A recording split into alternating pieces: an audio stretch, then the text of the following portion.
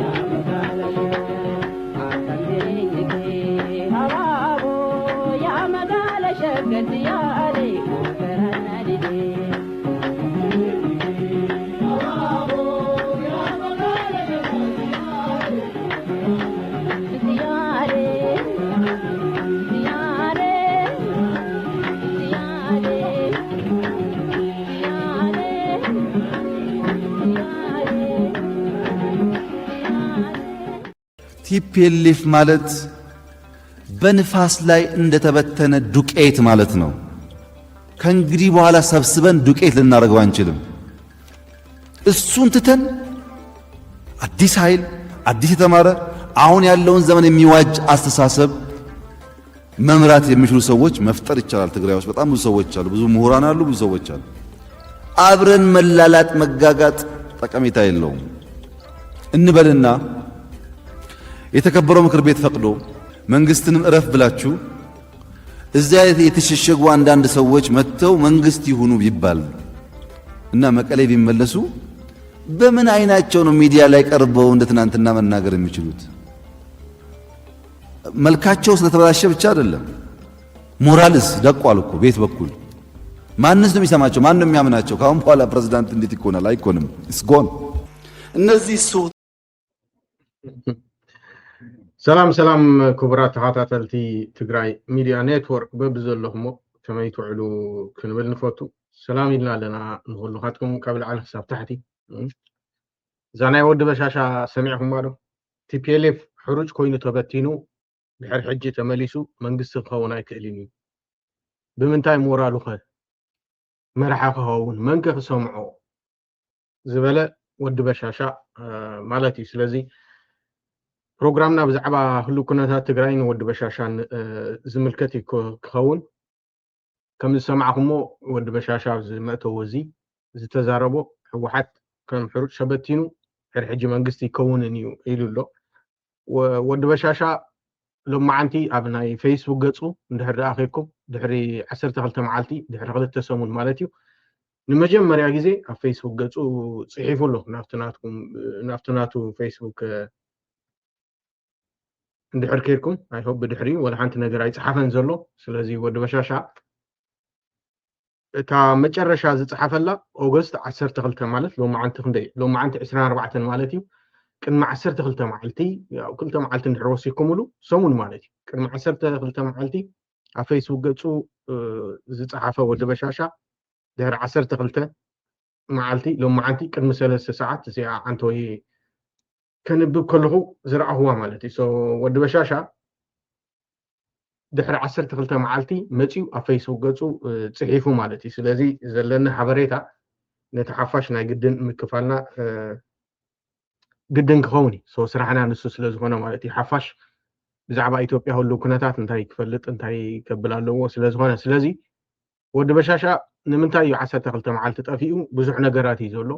ሓደ ሰብ እዚ ጥዕና የብሉ መዓስ ከም ዝሞቱ ንንድዒ ምስቲ ናይ ርእሲ ሕማም ምስ ናይ ጥዕና ዘይምርካብ ምዝ ኩሉ ናይ ኢትዮጵያ ኢኮኖሚያዊ ማሕበራዊ ፖለቲካዊ ሽግራት ተደማሚሩ እንደገና ምስቲ ዘለዎ ፍርሒ ተደማሚሩ እዚ ሰብ እዚ ሰላማዊ ዝኾነ ድቃስ የብሉ በምንም ተኣምር ከምዚ ወዲ በሻሻ ኣብ ሚድያ ወፂኡ ሜክኣፕ ተለኺ ገለመለ ወፂኡ ክዛረብ ከሎ ክትሪእዎ ከለኹም ውሽጡ ከምኡ ይኮነ ኢትዮጵያ ትፈርስ ዘላ ዓዲ ምዃና ፈልጥ ካብ ናይ ታሪክ ናይ ሕወሓት ወይ ካብ ናይ መለስ ዜናዊ እንድሕር ወሲድና መለስ ዜናዊ እቲ ዝዓበየ ኣብ ሽግር ዝኣተወሉ ነቶም ዝበዝሑ ኣመራርሓ ናይ ቲፒኤልኤፍ ድሕሪ ናይ ኩናት ናይ ባድመ ብድሕሪኡ እንደገና በዓል ኣርከበ በዓል የማነ ጀማይካ ካልኦትን ላዕለዎት ኣመራርሓ ናይ ቲፒኤልኤፍ ዝነበሩ ልምዲ ዝነበሮም ሰባት ካብቲ ውድብ እናተደፍኡ ምስ ወፁ መለስ ዜናዊ ምምሕዳር ኣብያቶ ነይራ ኢትዮጵያ ዳስዋይ ድማ ዝኩሉ ውድቀት ርኢናዮ ማለት እዩ ሶ ወዲ በሻሻ is the same ማለት እዩ ወዲ በሻሻ ድማ ከምኡ the same ወዲ በሻሻ ኣብ ጭንቀት እዩ ዘሎ ኣብ ጭንቀት ስለ ዘሎ ወላ ሓንቲ ክስታይ የብሉ ድቃስ ኣብይዎ ከም ዝትሪእዎ ዘለኹም ማለት እዩ ሶ ኣብ ናይ ትግራይ ኩነታት ከም ዘሎ ኮይኑ ናይ ኢትዮጵያ ግን ወዲ በሻሻ ሓደ ናይ ኢትዮጵያ ናይ ምክክር ኮሚሽን ተባሂሉ ኣብ መወዳእታ ናይቲ ኣኼባ መዓልቲ ክርከብ ዝግብኦ ዘረባ ከስምዕ ዝግብኦ ዝነበረ ሰብ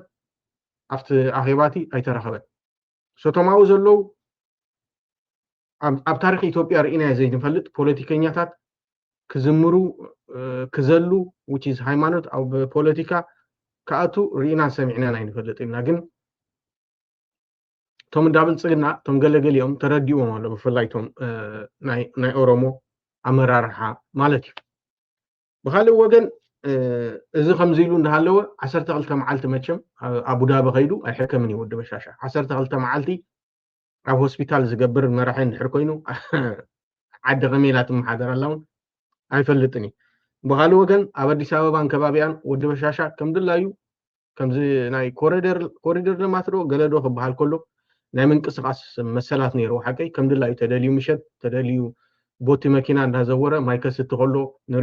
ንሪኦ ካብ ሮናልዲኖ ላዕሊ ኣብ ሜዳ ኩዕሾ እንዳተፃወተ ተገልቢጡ ጎል ክወቱ ኩሉም ርኢና ሶ ብሓፂሩ ኣብ ኣዲስ ኣበባ ከም ድላዩ እንቀሳቀስ ነይሩ ሓቀይ ኣብዚ ሕጂ ሰዓት ኣብ ኣዲስ ኣበባ ናይ ምንቅስቃስ ዕድሉ ብጣዕሚ ፀቢብ ዝኾነሉ ኩነታት መፂኡ ኣሎ ማለት እዩ ስለዚ ወዲ በሻሻ ተኻልእ ብጣዕሚ ዘስግኦ ዘሎ ኣብ ማእኸል ኣዲስ ኣበባ እንዳ ሕወሓት ብፍላይ በዓል ጌታቸው ኣሰፋ ኣብ ኣዲስ ኣበባ ዝነብር ዘሎ ብዝሒ ዘለዎ ትግራይ ስፔሻሊ ድማ ኣብዚ ሰዓት እዚ ካብ ትግራይ ናብ ኣዲስ ኣበባ ዝመፅእ ዘሎ ትግራዋይ መዓት እዩ ትሪእዎ ኣሎ ሶ ወዲ በሻሻ ናይ ሴኪሪቲ ናይ ካልእ ፍርሒ ድማ ኣለዎ ኣብዚ ምናልባት ከም ሓሳብ ብፍላይ በዓል ጌታቸው ኣሰፋ ካልኦት ላዕለዎት ኣመራርሓ ናይ ቲፒኤልኤፍ ካባኹም ንላዕሊ ንኣዲስ ኣበባ ዝፈልጣ የለን ኣዲስ ኣበባ ኣገላቢጥኩም እዮም ትፈልጥዋ ልምዲ ኣለኩም ኣብ ኣዲስ ኣበባ ኣብ ሕድሕድ ገዛውትን መንደርን ቀበሌን ወላ ምግብ ቤት ዲና ክንብሎ ከበብ ዲና ክንብሎ ግሮሰሪ ስቶር ዲና ክንብሎ እዚ ብምሉ ናይ ሕወሓት ናይ ስለላ ማሓውር ቀደም ኣብ ኣዲስ ኣበባ መዓት እዩ ነይሩ ሓቂ ዝኾነ ነገር ክትብል ኣይትኽእልኒ ኢኻ ንእሽቲ ሓንቲ ነገር ተምልጠኩም ነገር የለን ማለት ኣይሲ ቀደም ብግዜ ደርጊ መንግስቱ ሃይለማርያም ንምቕታል ብዙሕ ግዜ ተፈቲኑ ነይሩ ንመንግስቱ ሃይለማርያም ኢሃፓ ናይ ከተማ ቃልሲ እዩ ቀልጢፉ ናብ ለውጢ ከምፀናን ናብ ስልጣን ከምፀናን ዝብል ኣተሓሳስባ ስለ ዝነበሮም ንመንግስቱ ሃይለማርያም ንምቕታል ብዙሕ ፈቲኖም ነይሮም ሓቂ ኣይኮነሎም ቀዲምዎም ነቶም ዝረኸቦም ኣብ ኣዲስ ኣበባ ረሺንዎም ብድሕሪኡ ኣይ ቲንክ ካብኡን ከይረሓቐ ምስ ኢሃፓ ከሎ ቀደም ሻዕብያን ኢሃፓን ኣሉ ኣብ መፅሓፍ ከይድኩም ኣንብብዎ ንመለስ ዜናዊ ንመንግስቱ ሃይለማርያም ንምቕታል ፈቲኖም ነይሮም ከም ኣጋጣሚ ኮይኑ ግን ኩነታት ፈሺላቶም ግን መንግስቱ ሃይለማርያም عبي كم زاتو عبي كم زبلع عبي كم زستي ساعات كندي كبيت منغست كم زوص ساعات كندي ناب اراتኛ ክፍል ጦር ከም ዝኸይድ ساعات كندي ناب ቤተ መንግስቲ ናብ መከላከያ ሚኒስትር ዝነበረ ከም ዝኸይድ እዚ ብሙሉኡ መጽናዕቲ ገይሮም ሻዕቢያን ኢሃፓን ለባዕሎም ብሓንሳብ ብሓባር መጽናዕቲ ገይሮም ክቀትልዎ ወሲኖም ነይሮም አጋጣሚ ግን አይኮነለውም እንዳ ሕወሓት ብፍላይ በዓል ጌታቸው አሰፋን ቶም ካልኦት ናይ ደህንነት ላዕሎት ሓለፍቲ ዝነበርኩም ቀደም ኣብቲ ዘመነ ሕወሓት ዝነበርኩም the easiest way እኮ ነዚ ሰብ እዚ እኮ assassinate ምግባር እኮ ካልኦ ሓንቲ ነገር እኮ የለ ናብ ትግራይ ኩናት ከይመጽእ እንድሕር ደሊኹም بحاصيرو بقليل ነገር ኣብ ኢትዮጵያ ለውጥ ንምምጻእ እንድሕር ተደልዩ እዚ ሰብ እዚ ኣበይ ከም ዝኣቱ ኣበይ ከም ዝወጽእ ትፈልጡ including እቶም ኣብ ናይ ኦሮማራ ምንቅስቃስ ዝነበሩ ኣምሓሩ ኮይኖም ግን ኣብቲ ናይ ደህንነት ዝነበሩ እንደገና ኣብቲ ናይ መከላከያ ዝነበሩ ሰባት ብሙሉኦም ቦዲ በሻሻ ኣበይ ከም ዘሎ ፈልጡ እዮም ቶም ኣምሓሩ ሕጂ ኣይእመኑን እዮም ምክንያቱ ንገሊኦም ብገንዘብ ንገሊኦም ብገለ ኣሳሲሩ ሒዝዎም ይወዲ በሻሻ ቶም ላዕሎት ናይ ደህንነት ቀንዲ ሰራሕተኛታት ዝነበሩ ኣብ ማእከል አዲስ አበባ ነዚ ኩሉ ሃፍታም ኣብ በብገዝኡ እንዳሓቁሑ 5 ሚሊዮን 4 ሚሊዮን ክቅበልዎ ከለው ወዲ በሻሻ ነቶም ኦሮሞ ዝኾኑ ናይ ደህንነት ሰራሕተኛ ንዖም 2 መዓልቲ 3 መዓልቲ ኣሲሩ ፈትሖም ነቶም ኣምሓሩ ግን 3 ወርሒ 4 ወርሒ ፕላስ ድማ ክሲ ይምስርተሎ ምክንያቱ ክሲ ክምስርተሎም ከሎ ኣብዚ ሕጂ እዋን ዝኾነ ነገር ጌጋ እንድሕር ዳፈፂሙ ኣብ ዝደለዩ ሰዓት ተኽሲ ኸልዕል እዩ ስለዚ ከምዚኦም ዓይነት ሰባት ቅድሚ ሕጂ ኣብቲ ናይ መከላከያ ይኹን ናይ ደህንነት ዝነበሩ ኣምሓሩ ንዓዓቶም ኣተሓባቢርኩም ኣብዚ ሰብ እዚ ስጉምቲ ምውሳድ ይከኣል ምክንያቱ ናይ ወዲ በሻሻ ታናይ መጀመርያ ኩናት እንድሕር ተጀሚራ ታናይ መጀመርያ ታርጌቱ መሪሕነት ሕወሓትን መሪሕነት ሻዕቢያን ይኻልወል ሓንቲ የለ ነቶም መራሕቲ ናይ ፋኖ ብዙሕ ዝግደሰሎም ኣይኮኖም ነቶም ኦላ ደሰይ ብዙሕ ዝግደሰሎም ኣይኮነን ምናልባት እቶም ኣለው ዝበሃሉ ናይ ፋኖ መራሕቲ በዓል ዘመነ ካሴ በዓል ጀነራል ተፈራ ማሞ እንደን በዓል መን ዝበሃል ምሬ ወዳጁ እዚኣቶም ተዘይኮይኖም ኣብ ናይ ፋኖ ዘሎ መሪሕነት ወዲ በሻሻ ብዙሕ ኣቃልቦ ይብሉ ስለዚ ከም ሓሳቢ ኣነ ዘቕርብ ዘለዎ ከምዚ ክትገብሩ ኣይትኽእሉ እንዲኹም በዓል ጌታቸው አሰፋ ክብል ደሊ እዚ the easiest way እዚ ሓገይዶ ኣሜሪካ ኣብ ኢራቅ ተዋጊኦም ኣብ መወዳእታ ነቲ ኩናት መዛዘመ ናይቲ ኩናት ዝኾነ ኣብ መወዳእታ ሳዳም ዝተተሓዘ እምበር ኢራቅ ኦልሞስት ዳርጋ 90% ተቆጻጺሮሞ ከለው ሳዳም ሁሴን ግን ኣበይ ከም ዘሎ ስለ ዘይፍለጥ እቲ ኩናት ጠጠው ኣይበለን እቲ ኩናት ዛዚምናዮ እውን ኣይበሉ ታናይ መጨረሻ ናይ ኣሜሪካውያን ኣብ ኢራቅ ዝነበረ ዓላማኦም ድማ ንሱ እዩ ነይሩ እምበር ሳዳም ሁሴን ኒክሌር ቦምብ ከም ዘይብሉ ፈልጡ እዮም ኣብ ኣፍጋኒስታን ከይዶም ከምኡ ደሰይም ካብኡ ድማ ኢኮኖሚክ ኣድቫንቴጅ ስለ ዝነበሮ ኣብ ቻይና ተጠቀምቲ ናይ ኦፒኤም ብዙሓት ስለ ዝነበሩ ነቲ ዕዳጋትን ንምቁፅፃር ተባሂሉ ኩናት ናይ ኢራቅን ናይ ኣፍጋኒስታንን ተኻይዱ ደሰይም ኣብ ላይቤሪያ መንግስቲ ንምንታይ ቀይሮም ኣሜሪካውያን እንድሕር ኢልኩም ናይ ኣሜሪካ ካምፓኒታት ካብ ናይ ኣልማዝን ወርቅን ዝረኽብዎ ዝነበራ ፕሮፊት እቲ ፐርሰንቴጁ ካብ 40 ናብ 60 ዝነበረ ካብ 60 ናብ 40 ስለተገልበጠ ቻርልስ ቴይለር ከምቲ ወዲ ዓዲ ዝኾነ ድማ ናይ ኣልማዝን ናይ ወርቅን ሽያጭ ንሱ 60% ክወስድ እየ ስለ ዝበለ ኣሜሪካውያን ኣብ ሴራሊዮን ማነው ኣብ ላይቤሪያ ማለት ኩናት አልዒሎም ንቻርልስ ቴይለር ኣባይራሙ ሓቂ ቢዝነስ ኢኮኖሚ ካልወል ሓንቲ የለ ኣብ ኣሜሪካ ቶም ኣለው ዝበሃሉ ሃፋትም ኢኮኖሚ ዝዓብለሉ ሰባት እዮም ኩናት ኣብ ፍቆዶ ዓድታት ዝገብሩ እዚ ኣብ መንግስቲ ንምቕያር እቲ the easiest way ትመራሕ እንድሕር ዳ ተረኺቡ ቀሊል እዩ ክብል ስለ ዝደለኹ ናይ ኣፍጋኒስታን ኩናት ኣብ መወዳእታ ተወዲኡ መንዮ ኦሳማ ኣብ ፓኪስታን ክሕባ ከሎ ንዕኡ ንክደልዩ ክንደይ ዓመታት ተፀቢዮም ኣብ መወዳእታ ረኺቦም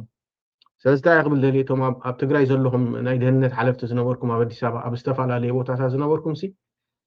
ምናልባት እዚ ዕድል እዚ ክትጥቀምሉ ትኽእሉ እንዶ ክብል ደልየ the easiest way ንህዝቢ ትግራይ እውን ካብ ኩናት ዘድሕን ኣብ ልዕሊ ህዝቢ ኤርትራ ንዝመፅእ ኩናት እውን ዘድሕን ኣብ ኣዲስ ኣበባ እዚ ኩሉ ካብ ትግራይ ናብ ኣዲስ ኣበባ ዝኸይድ ዘሎ توم عنقولتات داو زي ردهم كوين مبر عبد السابع عند هذا زغي كاب تجري عبد السابع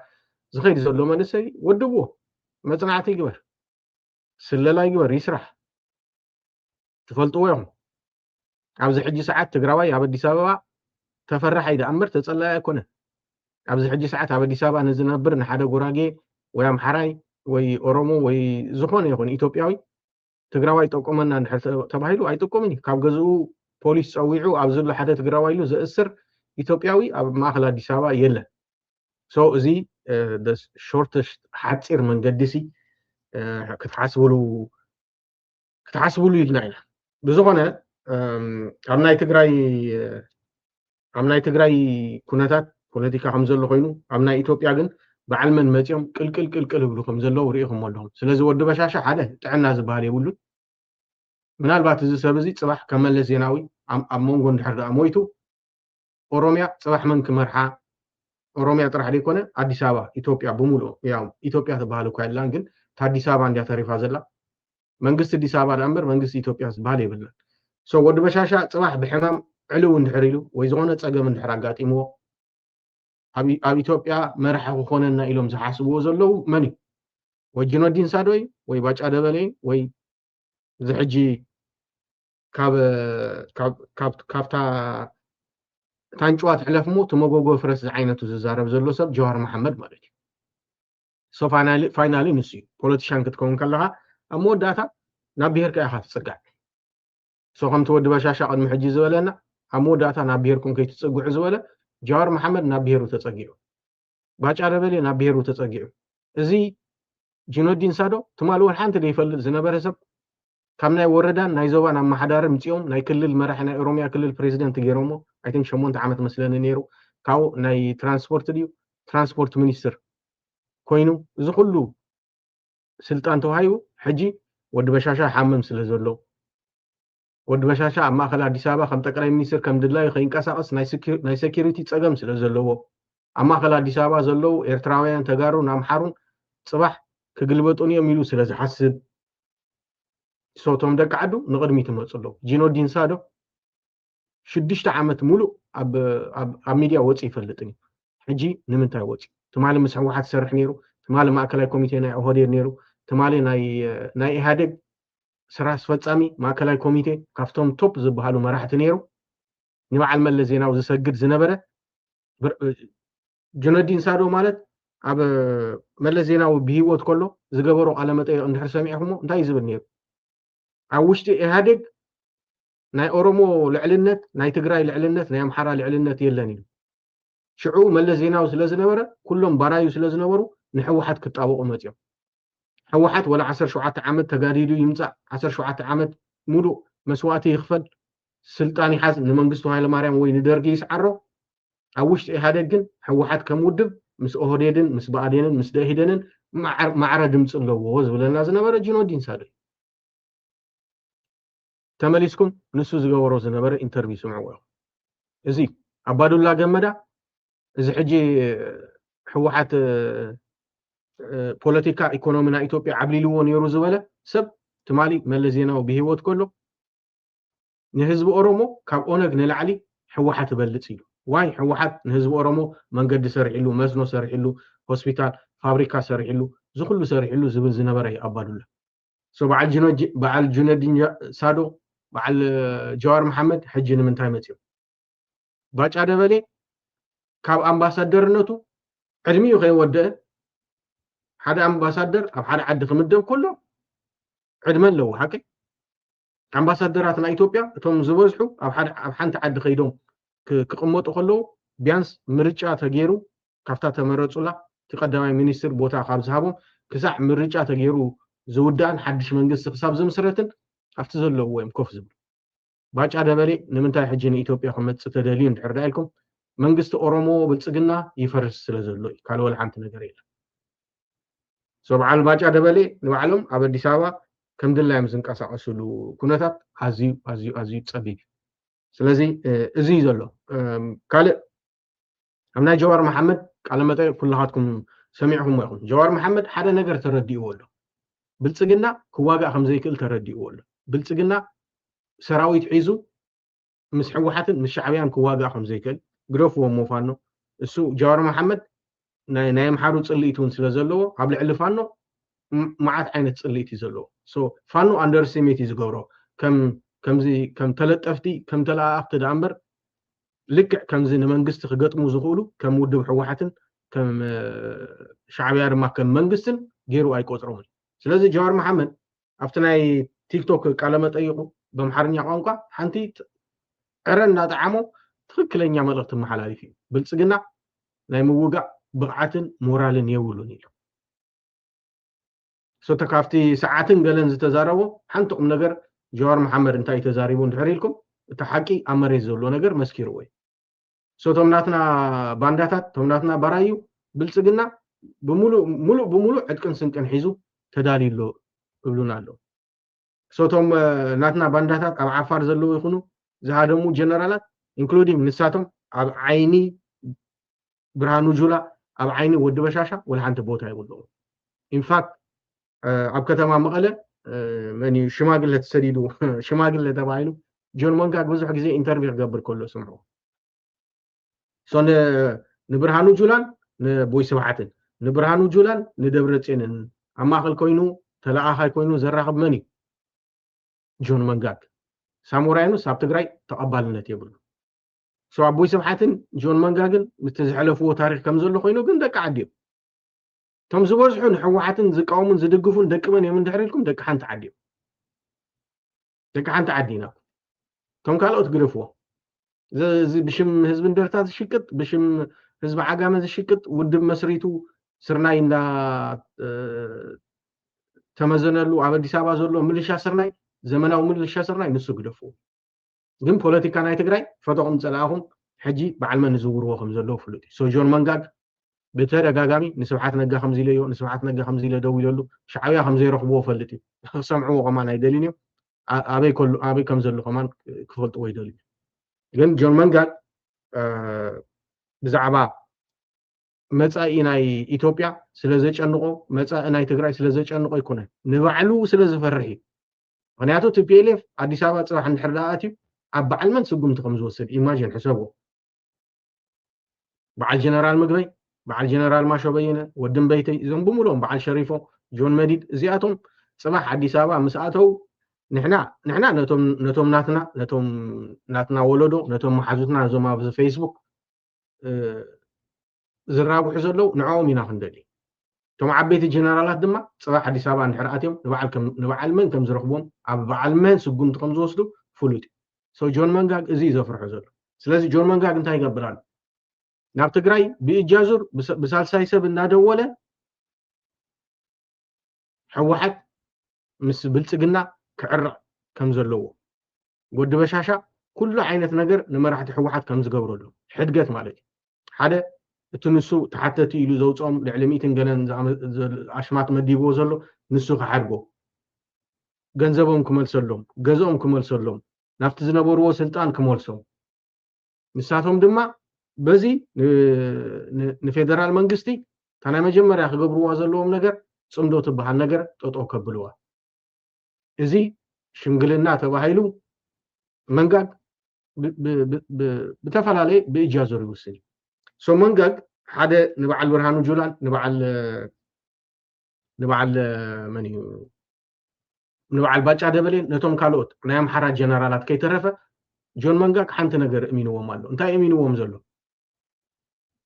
ኢትዮጵያ ክትድሕን እንድሕርዳ ኮይና ብልጽግና ወይ ድማ ዝሕጂ ኣብ ስልጣን ዘሎ መንግስቲ ምስ ሕወሓት ዳ እምበር ምስቶም ኣብ አዲስ ኣበባ ዘለው ባንዳታት በዓል ጌታቸው ረዳን በዓል ጻድቃንን ምስኣቶም በምንም ተኣምር ርክብ ክገብር የብሉን ተባሂሉ ሕጂ ናይ ኢትዮጵያ ፖለቲካ ትርእይዎ ኣለኹም ሓቂ ብርሃኑ ጁላ ሓንቲ መዓልቲ ብኣፉ ብዛዕባ ጻድቃን ብዛዕባ ጌታቸው ብዛዕባ እቶም ሃዲሞም ዝመፁ ባንዳታት ጀነራላት ተዛሪቡ ይፈልጥን ሓቂ ኢንዳይሬክትሊ ግን ብርሃኑ ጁላ نعاتهم كوقع الحردليو نعاتهم كهرم الحردليو نبعل ما نسدهم نبعل ليلا هاي لماريام سقيلو زمتصدو مسلكم ليلا هاي لماريام بترغاغامي ابنا يارا تسفا ماريام متيو نبعل صادقان نبعل جوبي نبعل حاون سيبرها ገለመለ ክጸርፉም ክገርፎም ኩሉ ስቂሉ ደሞ መስለኩም አሎ ብርሃኑ ጁላይ ፐርፐዝሊ ይዝግበር ዘሎ እንደን ካው ቀጽሉ ድማ ሕጂ ሓድሽ ወለዶ ዝበሃል ድማ መጽሎ ንሱ ድማ በዓል ጻድቃን ይኣኽለኩም እዚ ስልጣን እዚ ወላቲ ኣብ ወጻኢ ኣብ አዲስ አበባ ዝግበር ዘሎ ነገራት ነዚ ሓድሽ ወለዶ እዚ ኣረክብዎ ዝብል ሓድሽ ወለዶ ተፈጢሩሎ ንሱ ብድሕሪት መን ይድግፎ ንሕሪልኩም ዶክተር አብርሃም በላይ ምክንያቱ ዶክተር አብርሃም በላይ ንጌታቸው ረዳ ያምኖኒ ንጻድቃን ያምኖ ንማንም ያምኖ እዚ ኸዳዕ ጻድቃን ትማሊ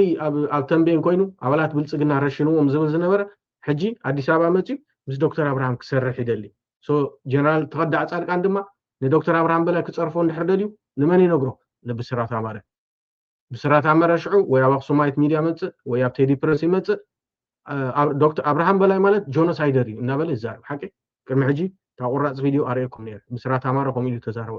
ሶ ብስራት አማረ ይኮነን ዛረብ ዘሎ መን ይዛረብ ዘሎ ጻድቃን ሶ ፖለቲካ ና ኢትዮጵያ ከም ደቂ ዛግራ ፋሕጭን ግርዓት ይወሉ ሶ ጆን መንጋ ግን ብዝተኸኣሎ መጠን ንብልጽግና ንሕወሓትን ክዓረቕ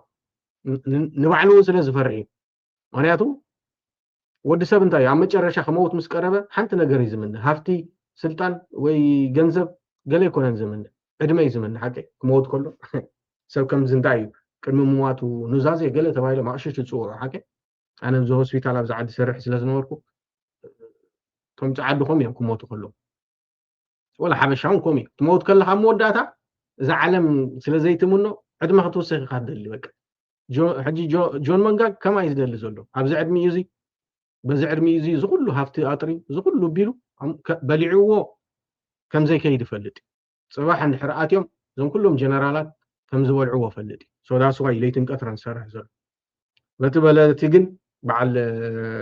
ጻድቃን ቶም ከዳዓት ቶም ሰንበት ዝእከቡ ብሙላኣቶም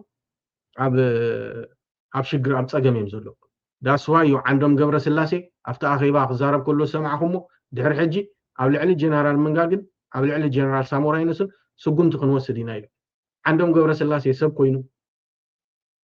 ሰብ ኮይኑስ ፖለቲከኛ ኮይኑስ በዓል ስልጣን ኮይኑስ ኣብ ልዕሊ ሳሞራን ኣብ ልዕሊ መንጋግን ስጉምቲ ክወስድ ሶ ኢማጂን ዓንዶም ከምኡ ኢሉ ክዛረብ ከሎ ናይ መን ልሳኒ ወይ ናይ መን መልእኽቲ ናይ ተኸዳዕ ጻድቃን እዚ ወዲ በሻሻ ምዝ ኩሉ ነገራቱ ዝበልኩኹም ተወጣጢሩ ኣብ ጭንቀት እዩ ዘሎ አይ ሆፕ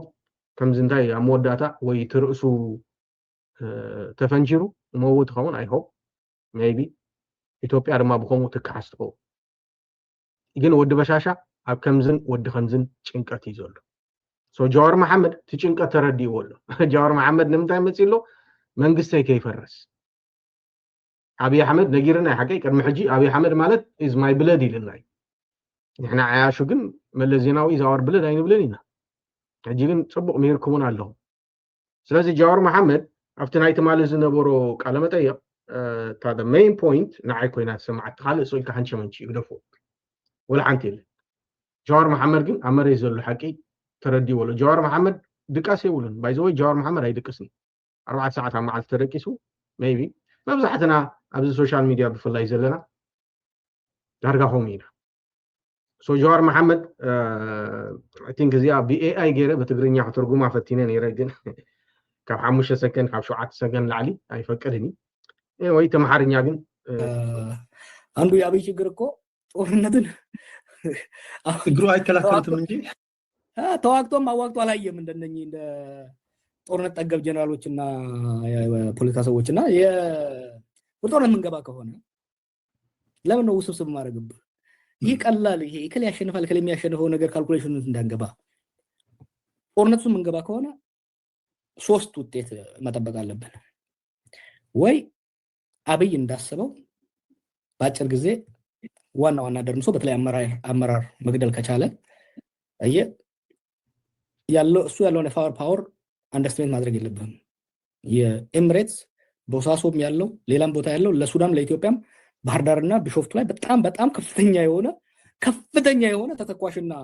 የኤር ፓወር ላይ ኮምፓሬብል አይደሉም ሁለቱ ሳይቶች የድሮን ዋርፌር ደግሞ ቀላል አይደለም አንድ እሱ ሁለተኛ በእግረኛ ከሆነ የትግራይ እግረኛ በጣም ጠንካራ ነው የኤርትራ ቀጥታ የሚገባ ከሆነ በእግረኛ በጣም ጠንካራ ነው የሚሆኑት ስለዚህ አብይ ኦቨርዌልሚንግ ሾክ ኤንድ ኦ ሚል አሜሪካኖች የሚሉት ኦቨርዌልሚንግ ፎርስ ተጠቅሞ መጀመሪያ አካባቢ ይሄ ትግራይ ላይ ያደረገውን አይነት ኦቨርዌልም ካደረጋቸው እንትን የሚያደርግበት እድል ሊፈጠር ይችላል። ሁለተኛው ያንን ተቋቁመው በእግረኛ ከመጡ የአብይ እግረኛ ከነኛ ጋር የመወዳደር አቅሙ የሰው ኃይል አለው፣ ግን ሞራሉ የዛን ያህል አይደለም። ሞራል ላይ በዘመናዊ ጦርነት ግን አሁን እግረኛ ያን ያህል በድሮን ዘመን እሱንም ቻሌንጅ ላርግ ኢራን ወሰዳት በመጀመሪያው እኮ 72 ሰዓት ነው ኤር ዲፌንስዋን ዲስትሮይ ያደረጉት አይደለም እንደ አሜሪካና እስራኤል። yes 6 ወር ሊሆን ነው። ምክንያቱም እግረኛ መግባት አልቻለም ኢራን ላይ ቫስት የሆነ ጂኦግራፊው በጣም ከባድ የሆነ ሕጂ ናይ ጀዋር መሐመድ ተሐቀኛ እዚ ኣብ መሬት ዘሎ ኣነ እኮ ዝገርመኒ ብፍላይ ቶም ናትና ባንዳታት ጀዋር መሐመድ ኦሮሞ ኮይኑ ናይ ክንዲ ዓመት ናይ አክቲቪዝም ልምዲ ዘለዎ ኦፍ ኮርስ አክቲቪዝም ቅድሜና ጀሚሩ ወይስ ኦሮሞ ካብ ኢትዮጵያ ክትወፅእ ኣለዋ ዝብል ዝነበረ ኦሮሞ ሃገር ክትከውን ኣለዋ ዝበለ ሰብ ናይ ክንዲ ዓመት ናይ አክቲቪዝም ልምዲ ዘለዎ ፖለቲካል ሳይንስ ተማሃረ ክንደይ መጽሓፍ ዘንበበ መጽሓፍ ዝጸሓፈ ኣብ ፖለቲካ ኢትዮጵያ ብፍላይ ኣብ 2018 ለውጥ ምስ መጽ ኣብ ኢትዮጵያ ከይዱ ዝተዋሰአ ብ99.9 መንእሰይ ኦሮሞ ድጋፍ ዝነበሮ ሰብ ብ75 ካብ 100 መንእሰይ ትግራይ ድጋፍ ዝነበሮ ሰብ ብ65 ካብ 100 መንእሰይ ኣምሓራ ድጋፍ ዝነበሮ ሰብ ባዕሉ ኩነታት ናይ ኢትዮጵያ ናይ ኤርትራ ናይ ትግራይ ብፖለቲካ ብሚሊተሪ እንዳነገረኩም ቶም ናትና ባንዳታት ምርዳእሪ እንዳኣበይኩም ኮይኑ ወይስ ሓንሳብ ወንጀል ስለ ዝፈጸምኩም አዲስ አበባ ሃዲምኩም ከይድኩም አንጻር ህዝቢ ትግራይ ተቃለሱ ስለ ዘለኹም በቃ ዝመፀ ይምጻእ መንግስት እንድሕር መጽዩ ክናሃድም ኢና ዲኹም ትብሉ ዘለኹም ብፍላይ ቶም ናትና ጀነሬሽን በዓል ጻድቃን በዓል ገብሩ በዓል ጀርመንጋ ግረፎም እዚኦም ኣሪቆም እዮም ደቂ 77 ዕድመ እውን የብሎም ክሳብ ሕጂ ብዕድመ ምጽንሖም ዕድለኛታት እዮም ቶም ናትና ጀነሬሽን ዘለኹም ግን ገና በዚ ሕጂ 40 ዓመት 50 ዓመት ዝጽበይኩም ዘሎ ሰባት ጀዋር መሐመድ ዝብለኩም ዘሎ ምርዳእሪ እንዳኣበይኩም ይነግረኩም ኩሉ ጀዋር መሐመድ በምንም ተአምር ብልጽግና ወይ ሰራዊት ናይ ብልጽግና ብእግሪ ምስ ሰራዊት ናይ ትግራይ ምስ TDF ካው ዝበለጸ ድማ ምስ ሻዕብያ ክዋጋ ዓቅሚ ደይኮነስ ሞራል የብሉን ኢሉ ሞራል ዘይብሉ ሰራዊት ወዲ በሻሻ 150 ድሮን አምፀ 150 ድሮን ኣብ ትግራይ ዶ ኣብ ሰማይ ኤርትራ ሒዝዎን እንተመጸ ተንድሮን ከመይ ገይሩ ይለውጥ ከምጽ ባዕሉ ነግረኩም አለ እዚ ፋክቲ ሓቂ ኣብዚ ቃለ መጠይቁ እዚ ጋዜጠኛ ክሓቶ ከሎ ብዘመናዊ ክስታይ ኩናት ጉዳይ ክን ኣይክልን በምንም ተኣምር ከምኡ እንተዝኸውን ኣሜሪካ ኣብዚ ሕጂ ሰዓት ሊብያ መማሓደረት ኣፍጋኒስታን መማሓደረት ኢራቅ መማሓደረት ኩባ ማኣተወት ነይራ ኣሜሪካ ኣብዚ ጎረቤትና ከለዉ ኩባ ግን ወዲ ጀዋር መሐመድ ነግረኩም ኣሎ ብልጽግና ኣብ መንጎ ብልጽግናን ኣብ መንጎ ኤርትራን ኣብ መንጎ ሕወሓትን ዘሎ ናይ ሚሊተሪ ኣፈላላይ ናይ ድሮን ናይ አየር ዲፌንስ ወይ ናይ ሄሊኮፕተርን ሚግን ናይ ምጥቃም ተዘይ ኮይኑ ኣብ መሬት ዝግበር ኩናት ኮምፕሊትሊ ሰራዊት ኤርትራ ሰራዊት ትግራይ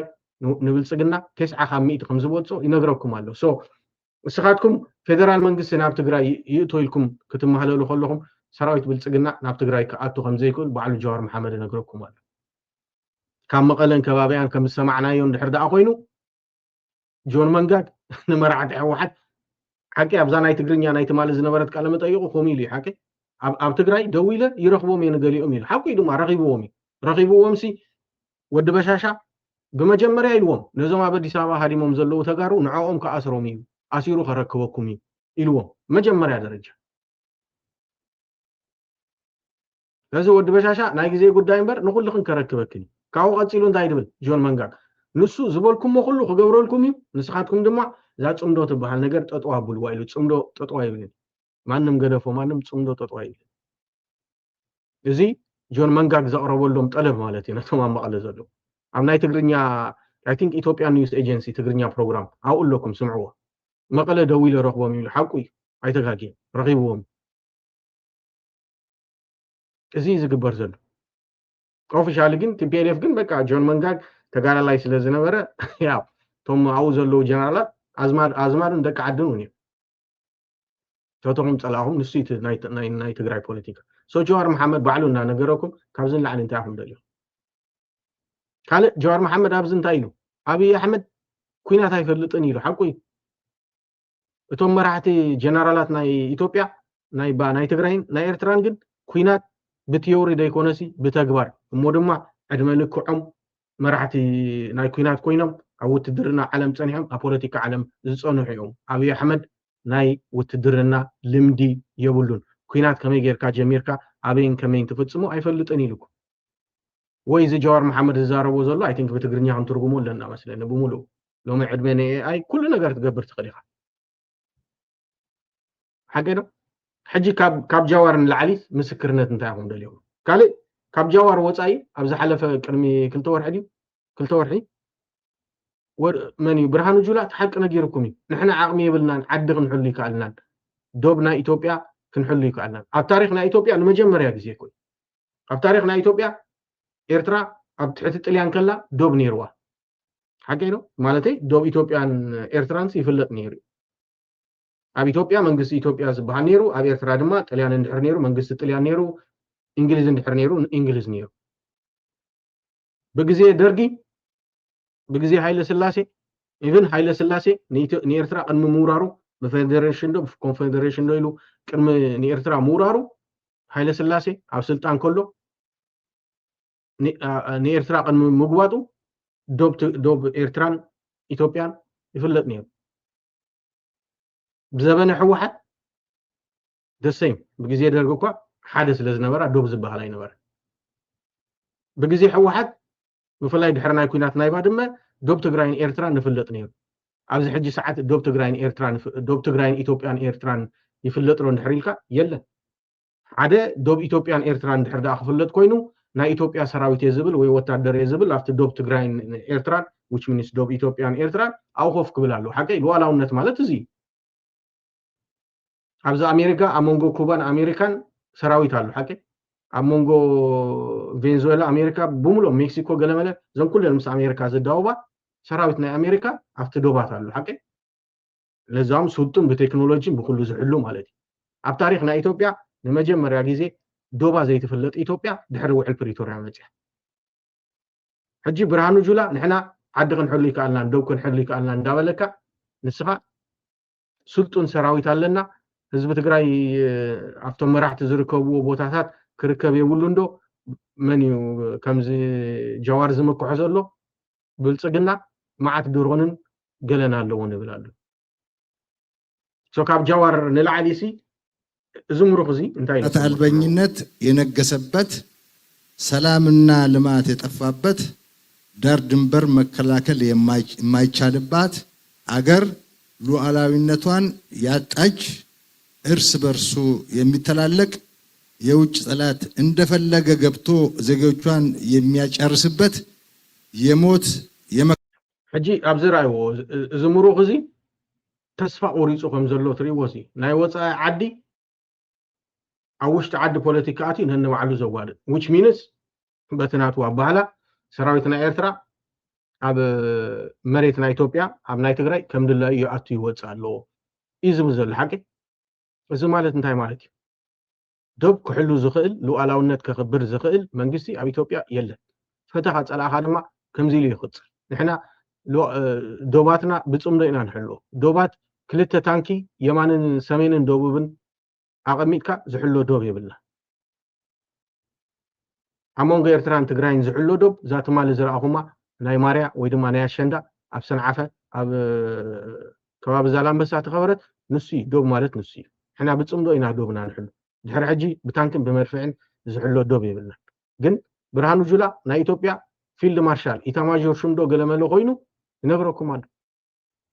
ሉዓላውነት ክንሕሉ ኣይከኣልና እዚ ተሓቂ እዚ እንዳነገረኩም እዞም ወዲ በሻሻ መንግስት ቀይራ ኣብ ትግራይ ትጽበይ ኣለኹ መከላከል ስርዓተ አልበኝነት የነገሰበት ሰላምና ልማት የጠፋበት ዳር ድንበር መከላከል የማይቻልባት አገር ዳር ድንበር የማንችልበት ክብል ሓሲውስ የማይቻልባት እዩ ዶብ ክንሕሉ ይከኣልናን ሉዓላውነት ክንሕሉ ይከኣልናን እዩ ዝብል ዘሎ ሰላምን ልምዓትን ዘይብላ ዓዲ ፈጢርና እዩ ዝብል ዘሎ ሓቂ ሕወሓት ናብ ወዲ በሻሻ እንታይ ኢልና በቃ ንሱ ዘይንሱ ፈላጥ የለን ሻብዓይ ክፍሊ እንዲወል ሓንቲ ክትገብሮ ይትኽእል ኒኻ ሻብዓይ ክፍሊ እንድሕር ኮይንካ መፅሓፍ እንድሕር ዘይተንብብ ኮይንካ ወላ ሓንቲ ክትገብር ኣይትኽእል ኒኻ ወዲ በሻሻ ግን ንዓና እንታይ ኢልና ነዚ ሕጂ ንሱ ዘለዎ ፖለቲካዊ ቀውሲ ከምዚ ኖርማል ጌርና ክንወስዶሲ ሕወሓት ዝኩሉ ዓመት ክገዝእ ከሎስ ኣብ ዝቐረባ ኣብ ሰላሌብ ገለሲ ስርዓት ኣልበኝነት ነይሩ ኢሉ ሓሶት ሕወሓት ናብ ኣዲስ ኣበባ ምስ ኣተወ ኣነ እኳ ዝዝክሮ ኣነ እኳ ብዓይነይ ዝረኣኽዎስ ኣብ ዓድዋስ 1988 ያ 88 ኣልመዳ ጨርቃ ጨርቅ ተሰሪሑ ሰራሕተኛታት ኣትዉ ነይሩ ኣብ ውሽጢ 8 ዓመት ኣብ ውሽጢ 10 ዓመት 10 ፋብሪካ ኣብ ትግራይ ተሰሪሑ ወዲ በሻሻ ኣብ ውሽጢ 8 ዓመት ሕጂ ናብ ታሽዓ ዓመት ወዲኡ ዝኸይድ ዘሎ ኣብ ታሽዓ ዓመት ወላ ሓንቲ ነገር ኣይገበረ ሶ ብርሃኑ ጁላ ባዕሉ ነገረኩም ኣሎ ሉኣላውነት ናይ ዓድና ከማን ክነኽብር ኣይከኣልናን which means ምስ ናይ ጀዋር ኣዘራርባ the same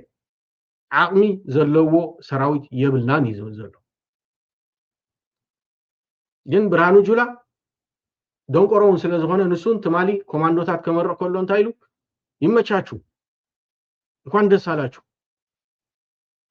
ዓወት ንፅበለና እዩ ምስ መን ከይዱ ከም ዝዋጋ እንታይ እዚ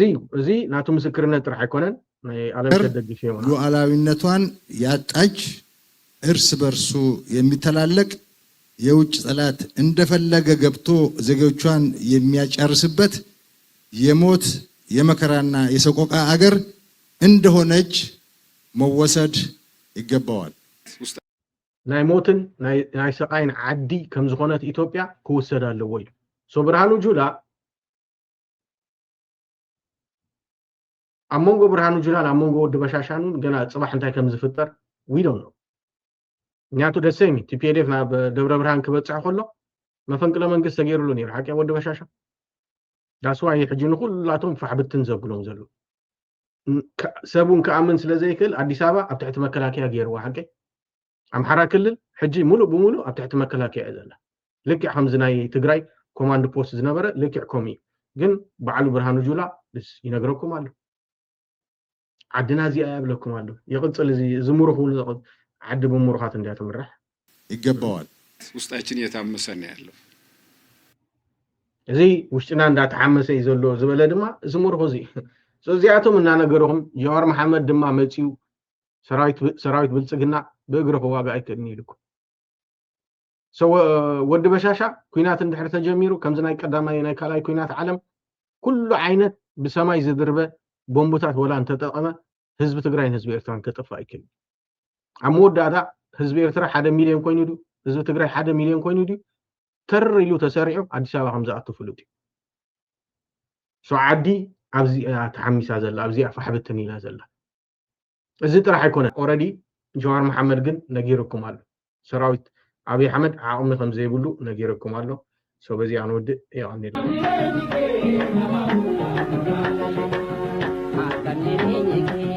ሀባቦ ያ መጋለ ሸቀጥ ያለ ኮተረነ ዲዴ